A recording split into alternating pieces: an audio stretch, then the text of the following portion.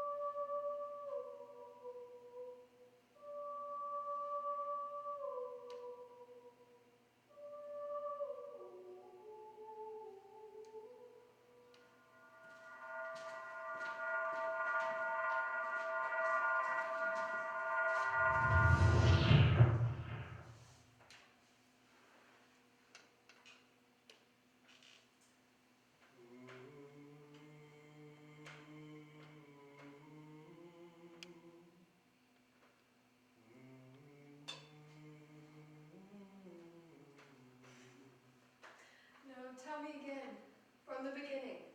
Isn't it dull yet? Not at all. It's wonderful. All right. One more time.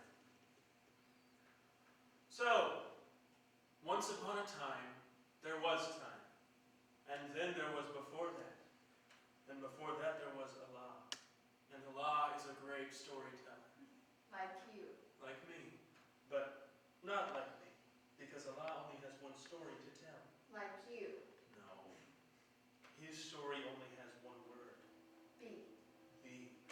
And when he tells his story, he creates something. And it was like this that he created the world and the rain and the stars and the earth of Chechnya. 7 kinds. And out of the 7 kinds of earth of Chechnya, Allah molded the model of a man. And he breathed be. And man was. And he called him Adam. And then, as an afterthought, he put Adam to sleep. And out of his rib, he made woman. Second, and gave man dominion over her like the beasts and the earth. Why? So it is with God.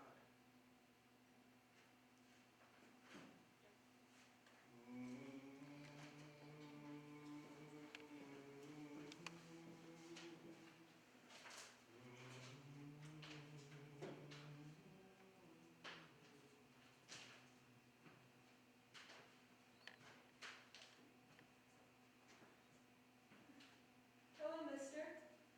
Hello, child. What is it you're looking for?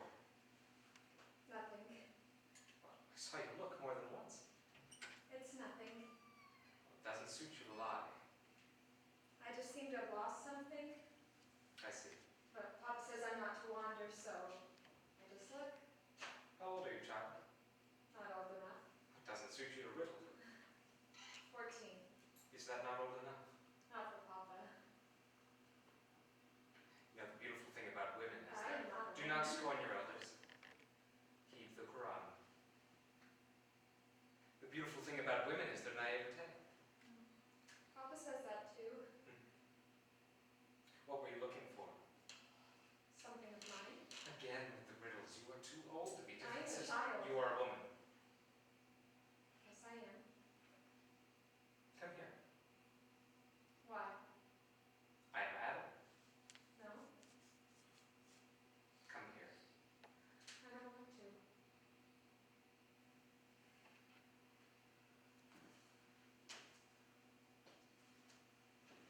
Stop it.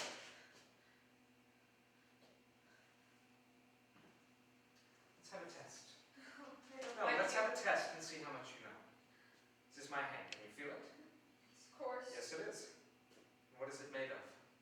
Skin. Yes, but that's not what's written. What? Is my hand made of?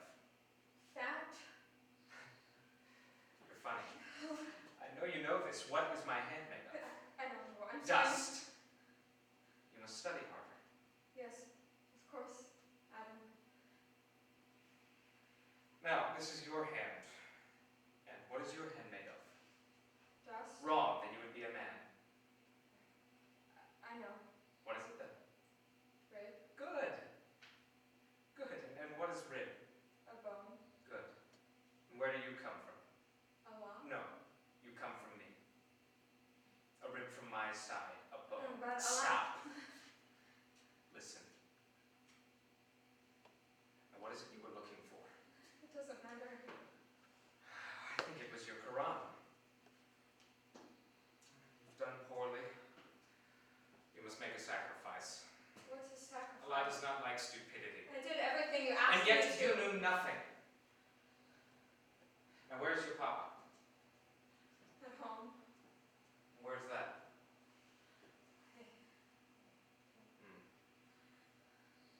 I see. All right, go stand over there. Hush up and do it.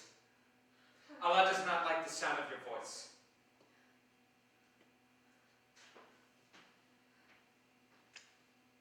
Now shut your eyes. And look up. Keep your eyes shut. Now pray. Pray. In the name of Allah, the Lord of mercy, the giver of mercy. Do you know what it takes to be clean? How to not be a harlot? What's a Do you know what it takes to behave? Yes. Obedience to Allah. Yes. So, if Allah told you to shut your eyes, what would you do? I would Just shut- do it. And if Allah told you to pray In the name of Allah, the Lord of mercy, the giver of mercy. and to take off your shoes,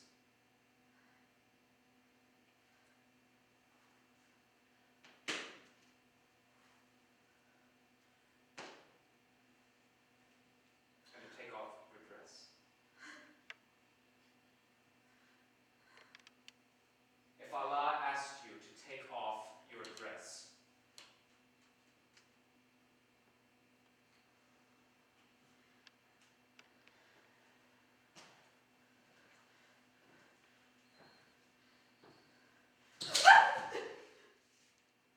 now stand up. Take it off!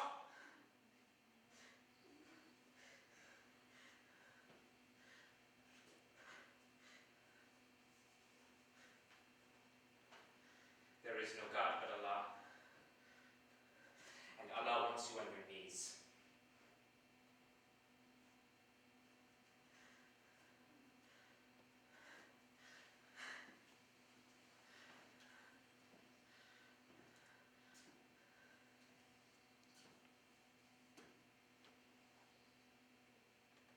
Wife.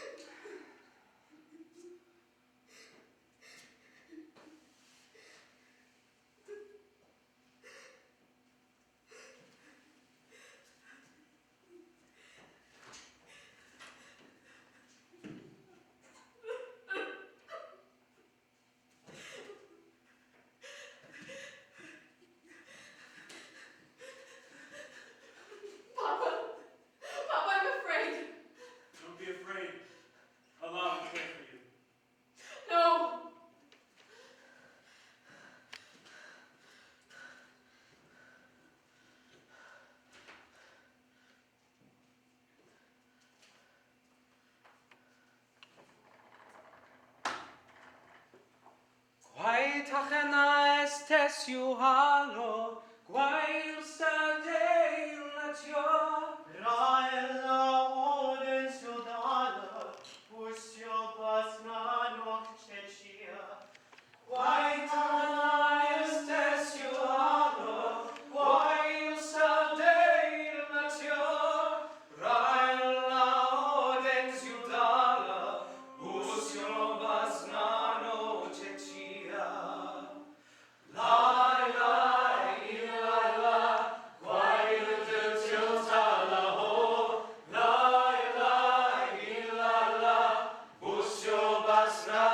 Czechia. La la la la, quiet till Talaho. La la la, pust your bas na do Czechia.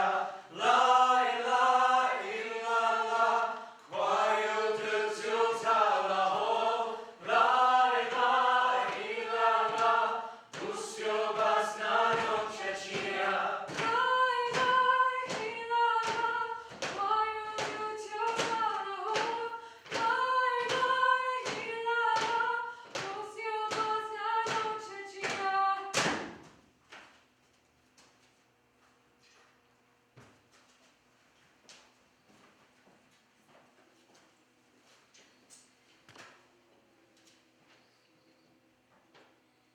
At least 40 Chechen guerrillas wearing masks and camouflage stormed into a crowded theater in Moscow where a popular musical was playing on Wednesday night, took up 600 hostages, and threatened to blow up the building.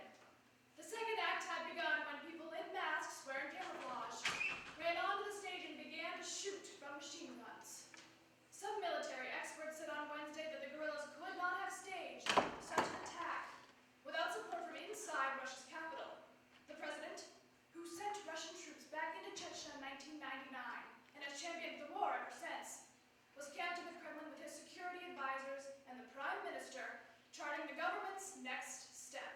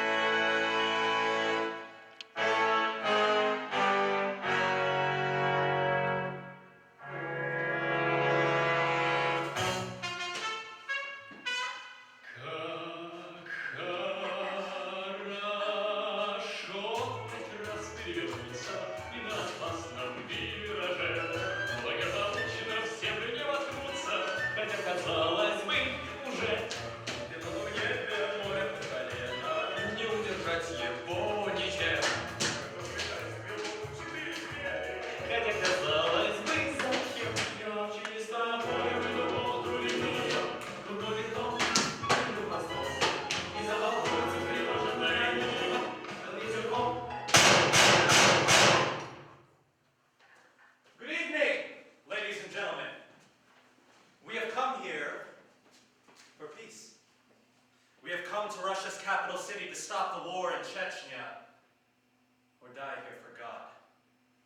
I swear to God, we desire death more than you want to live. God is great.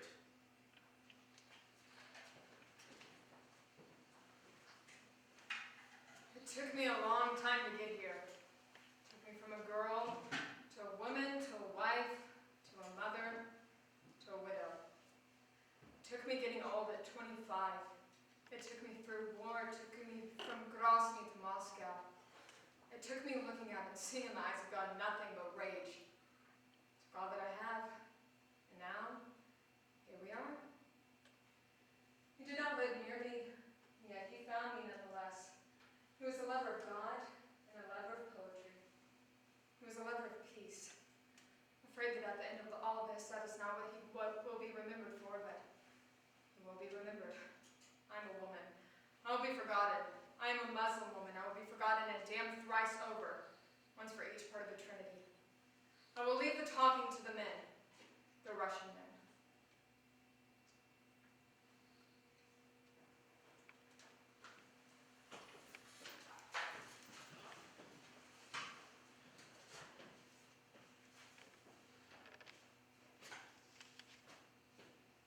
For a long time, I was afraid of the theater. This was back when I was small and Papa would read me passages from Gorky and Chekhov before bed. But they would give me nightmares, and I never really knew why, but the people in those plays always seemed to leer at me. Probably because they were so miserable. Hobbling through their miserable lives, like the one-legged sparrow that would sometimes hobble across my windowsill and always seem beyond help. God, that bird was pathetic. I tried to feed it once, but it fell off the ledge and wasn't able to start flying till it was halfway to the ground. Of the plays, Gogol was the worst. It made me cry in my sleep.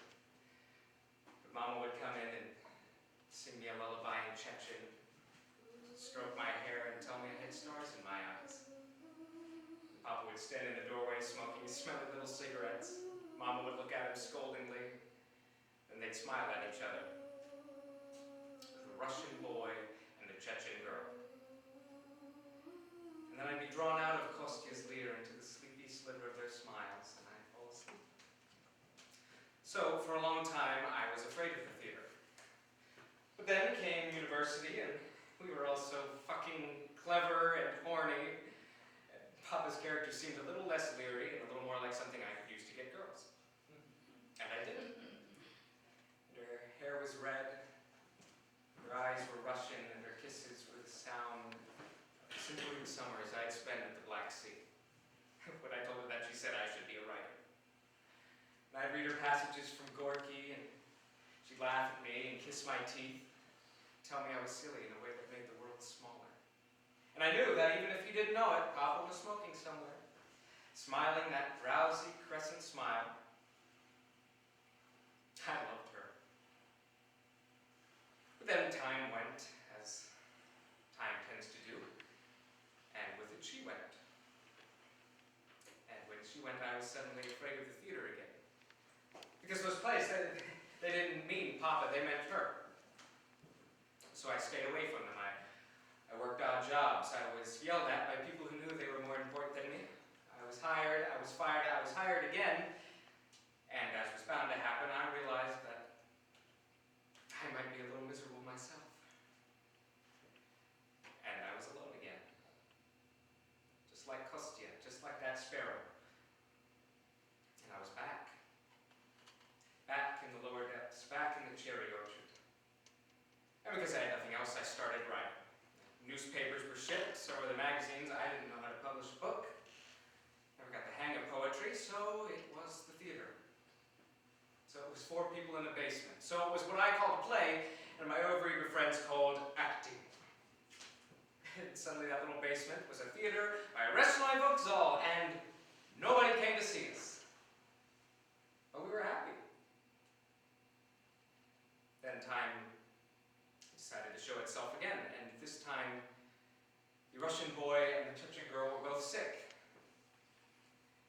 And before I realized I was no longer in their lives anymore, we were gone. Almost at the same time. You know, it's funny how these things happen. It's not fun, but it is. And I wasn't just afraid of the theater anymore, which was so make-believe. I was afraid of being alive. And all the angst swelled up inside me all over again. And time, which became synonymous with the hazy Russian summer gloom, so idolized in song, so falsified, because they just go on forever, until the sun makes you want to run a pen along every vein in your body and split yourself open in 1,000 places. All this misery, it was the summer, and then autumn, and then winter, and then it was this morning. And there was no sorry sparrow on the sill, but a shit theater made its way into the shit newspaper. Nordost, it was called. Oh, God, even from the ads, it looked awful. A musical. Dancing soldier holding something that looked oddly phallic. Something to make Gorky cringe. But with my empty mug of tea, and all the misery on self-inflicted misery, awful seemed nice. So I made my way down to the ticket kiosk near the metro, and I passed this woman selling flowers and thought about stopping because she seemed kind. But then I remembered I had no reason for flowers, so I just smiled at her and went and bought my ticket. 3rd row. And as I was walking, and as Moscow looked beautiful in only the way that Moscow can, with the gross, pudgy belly of her soul, I thought how decent it was to be alive. And I was happy. And the ticket taker was nice. And Act 1 was wonderfully dreadful. And suddenly I wasn't afraid of the theater anymore.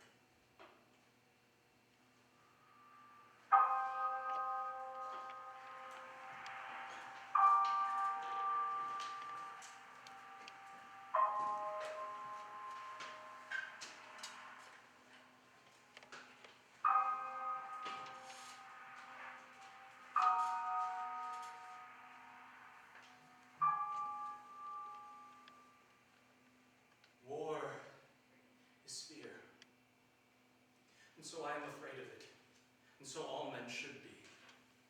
But peace is paradise, so I am lusting for it, and so all men should be. This now is the theater, Dubrovka, which will spawn peace, but that then was Grozny city, which did spawn war. Grozny the terrible, Grozny the weak. And here was the barbed wire. And here the corner of the street. And here was the doorway where I would go and scream when the bombs were so loud. Here was the broken glass, which reflected a Chechen sky. A Chechen sky over a Russian war! Where the birds were always silver and armed with fire. And when the fire came and christened me in my doorway and turned my screams to tears, my uncle was there. My uncle. And he takes my arm and he runs, since he himself is made of fire and fire cannot hurt him. And the fire turns back to air again. And he takes me among his men, those grinning fighters, where it is little more quiet, and he holds me up before God and the whole world, and the men that I idolize look at me, and he tells them, "See, here I hold a little piece of Chechnya." And so they whoop and they shout and they see me as a man. And then later, when the sky is redder than the blood on his arms, he sets me on his lap and he pulls out a knife. Of this I am afraid. And so he tells me not to be frightened. Do not be afraid of weapons, little Chechnya. And then he takes that broad blade and draws it across his arm so as to paint it redder than the sky. I can cut myself so that I bleed, but I cannot bleed harder than my country. So be afraid of war instead, because war makes a country bleed. And then my aunt comes out and she brings him some bread and he eats it and kisses her, and then he hands me a little of the crust and says, "La ilaha illallah." And he will burn the Russians down into the 7 kinds of dust. And then I look into his face and his eyes are so full of war and rage. I know he is killed. I know what killing is. And I know that he will die killing and he will find paradise. But I cannot find the monster they make of him in the West. I find only a man. A cold man. And a man who loved the earth of Chechnya. And an angry killer. And my uncle.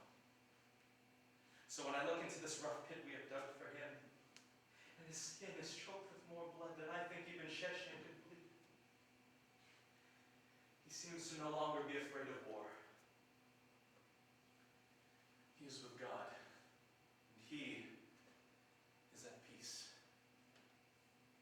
But I am afraid of war, and can only lust after peace.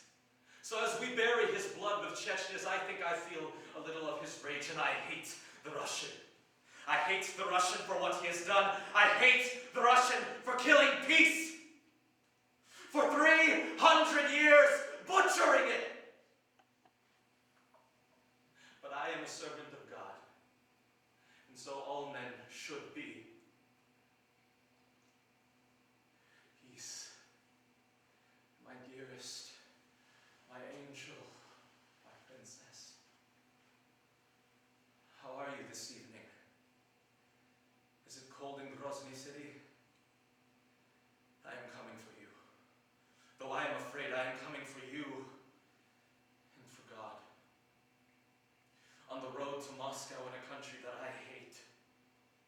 Here in the back of this van that hums so that I can hear my uncle calling me through the bark and squeal of suspension. Here in the foyer of this theater where God will guide my hand.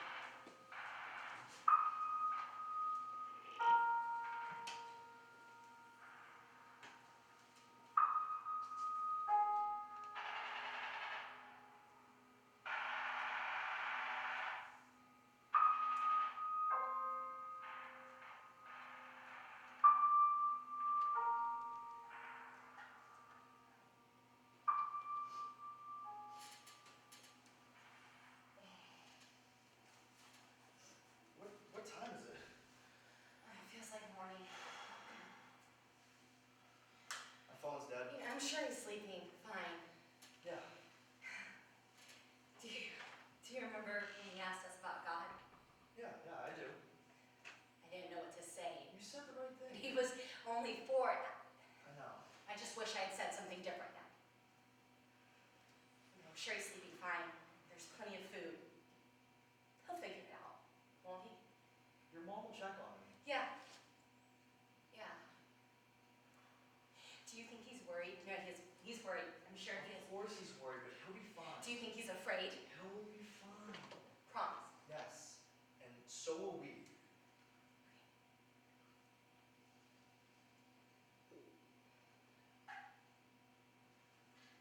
Chechnya always seems so far away, you know? Just pictures on TV, voices on the radio. It's still just as far. I know that, but now it's all here. But okay, he'll be fine. He'll be fine. He knows how to use the faucet, and you're right, Mom will check on him. What do they want? Peace. In Chechnya. No, I know that, but do you think that's really it? It's just, how do you get to hurt so many people for peace? Well, no one's hurt anyone yet. God, I hope I didn't leave the dishwasher on. It scares him. It'll be off by now. Yeah, you're right. God, what are we going to do?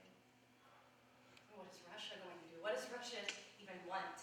Chechnya. No, it's not that simple. You sound like the news. Okay, maybe, but when you're dealing with words like peace and war, it is that simple. Besides, those are just stupid words in the first place. Okay, Mr. Philosopher, but it should be more complicated, shouldn't it? I mean, we're real people, and they're going to hurt us. No one's hurting anyone. And I like things simple. I love you. Simple. Really? What do you mean, really? Okay, yeah, I love you too. We should get married. What? Yeah, we should. Go on a honeymoon to Kiev. I mean, as soon as we get out of here. Yes.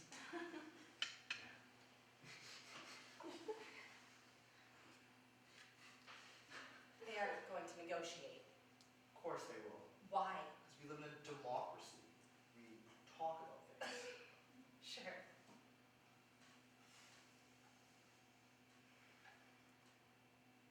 I'm afraid.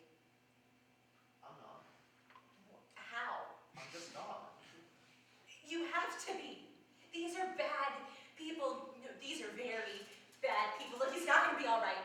He's alone. He's 6. He's not going to be all right. We have to do We'll something. be fine. Everything's okay. No, I'm afraid. Don't be. I'm not. Yes, you are. Just fuck off. Stop being a big man and be What afraid. does that even mean? It means you are afraid. You must be afraid. He's your son, too. You have to be afraid. You don't have to be strong for me. Just be afraid. I will you to be afraid. Come on, be human. I'm not afraid. How? Well, for one thing, you're here. Come on, but your son's at That's home. also why. Aren't you afraid you'll never see him? No, these people aren't going to hurt Like, anyone. cut the shit. She isn't going to hurt anyone. Quiet. Excuse me. If you're not afraid, why should I be? It's rude. Are you serious? Yes. That's a bomb. I That's a know. fucking bomb, and you're telling me not to be rude. Just keep your voice down. Just common decency.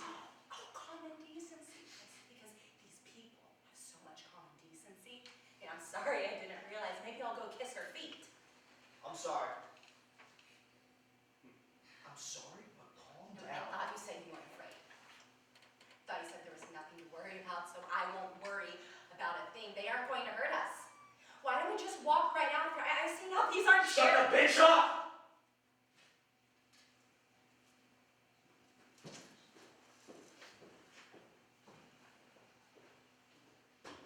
Is there a problem? No, sir. Are you sure? Yes, sir. I need the bathroom.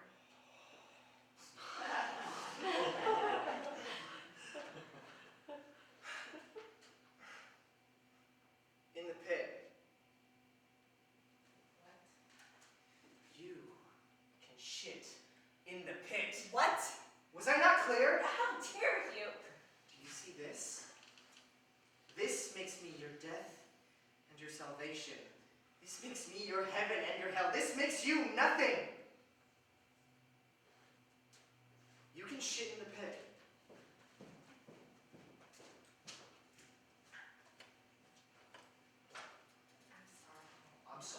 should've. No, it's okay. It's fine. I won't let them hurt you again. I promise. Thank you. I know. No, I won't let them touch you again. I don't even know them. Thank you. Pigs. It's okay. I'll get us out of here. No. No, we're all going to die. No, don't. Just don't do that.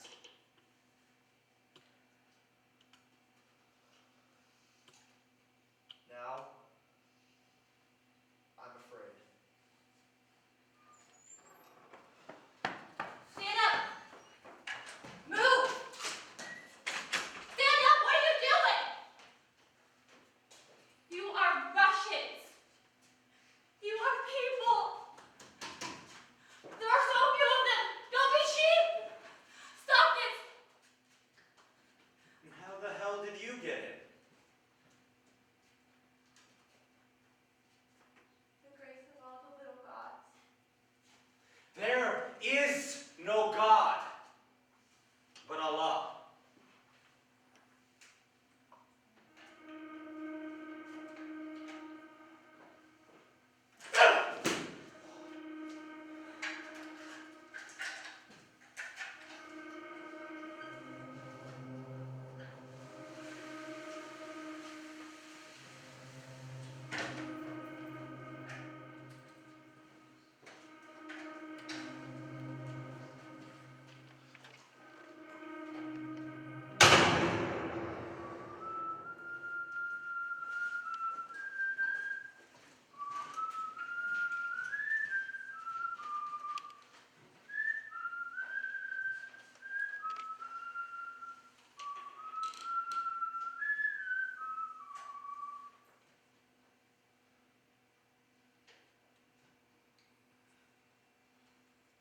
I hate standing still. It scares me. And I'm afraid of a lot of things. I'm afraid of balloons and absolutes and being alone and love. But I'm afraid of standing still most of all.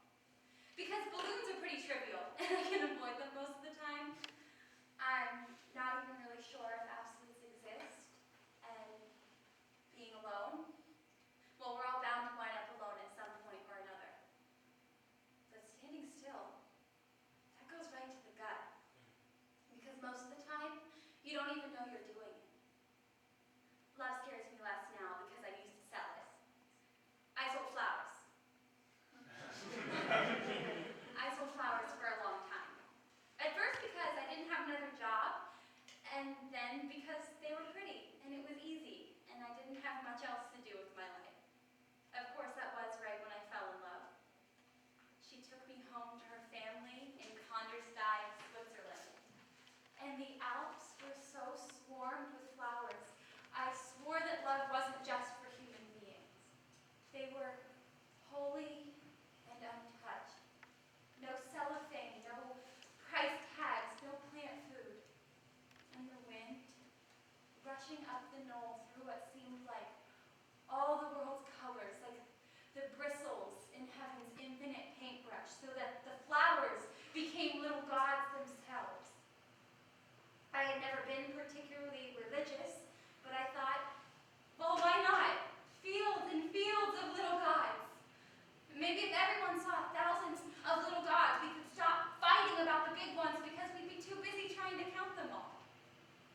If nothing else, it made things bearable. She held my hand then, and we stood so still. Still, in the middle of all of this rushing, whirling color, all of the little gods dancing and murmuring and making music with their bodies. There was something so absolute in our stillness, and I realized I loved what I saw in front of me more than her. It was all absolute and stillness and love. The only thing missing was balloons. So I went home, and I cut my hair really short, and the lady in the barber shop said that I looked like a daisy, which made me very happy.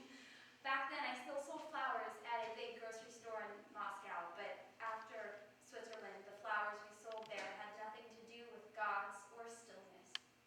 These flowers were so very manly. They reeked of the stench of a bus driver purchasing forgiveness for his wife. But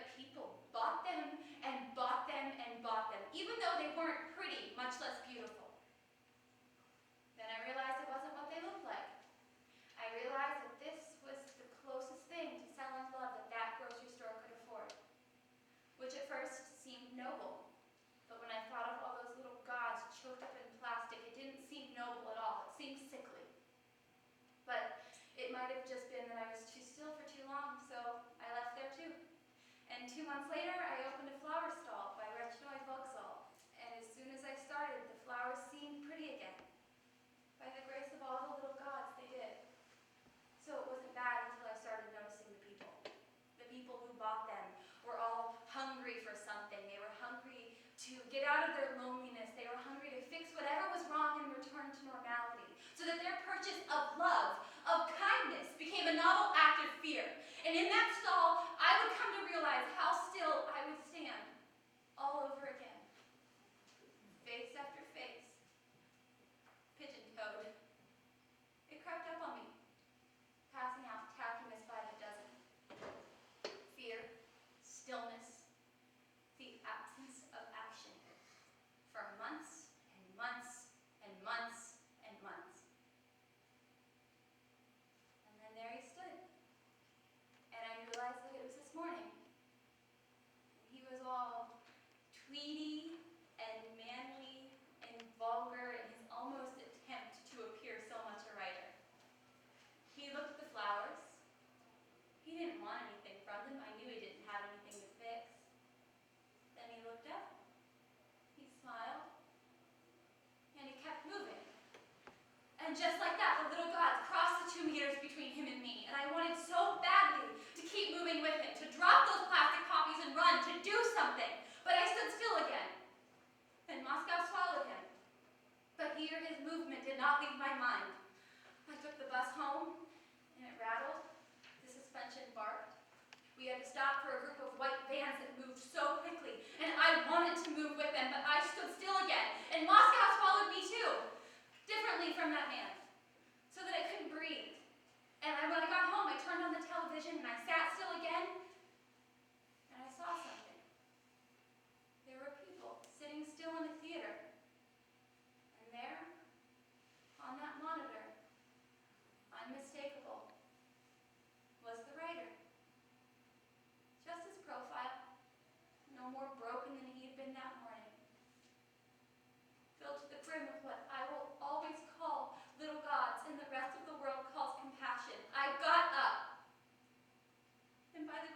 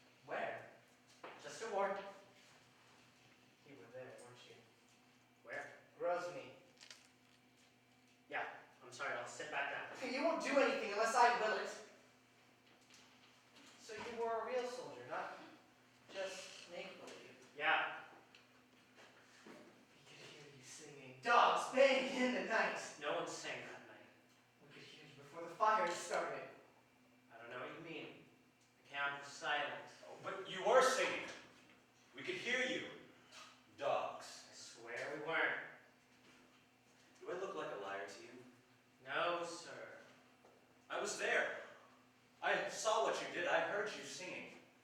And now I am here. And I heard you sing again. And this time you will see what I do. We weren't singing. Do you want me to have him break your arm? Will that help you remember? No, sir. Did you sing in Grozny? Yes. Good dog. And did you sing again tonight in this theater? Yes. Good dog. And what did you sing about? I don't know what you mean. What did you sing about in the play tonight? War and love. It's just a silly play. I don't know what else you want me to say. It's just a silly play. If I did something wrong, it's just a silly, stupid fucking play. Oh, but this theater will change something. I promise you that. We don't break promises. La ilaha illallah. And you will burn the Russians down into the 7 kinds of dust. Oh, well, that's very dramatic. Careful, little soldier. What? You wouldn't want to start a fire with your words. Grozny did not burn by words. Did it not? What do you mean? Did a Russian not tell a Russian to set ablaze? Are those not words? You're scaring him. Good! Soldiers who do not believe in words must learn better.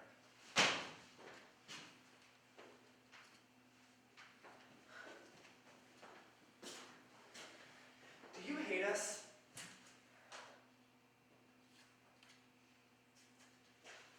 No, sir. You are a better man than I. He's lying. No. Keep quiet! Don't lie. That's right, keep your head down. There's a real soldier.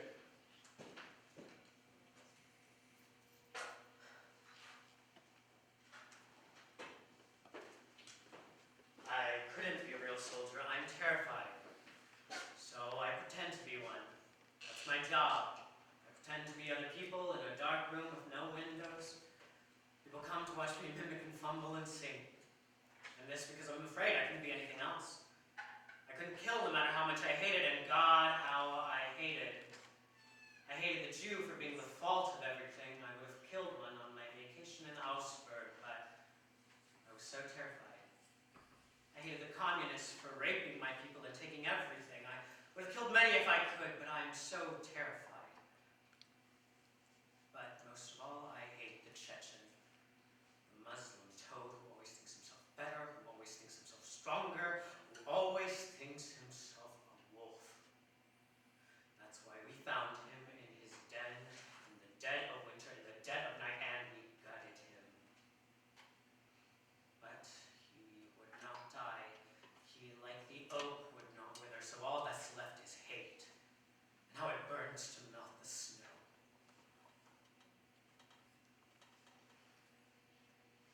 There was a kid who was in our company, a good-blooded Russian. He hated the snow. He said so before we moved into Grozny. He said he was happy it was July. I remember the way his face looked smeared across my leg. This good Russian boy would not stop talking about his father, his poor father who could not stop drinking. But this good Russian boy fought on. He drove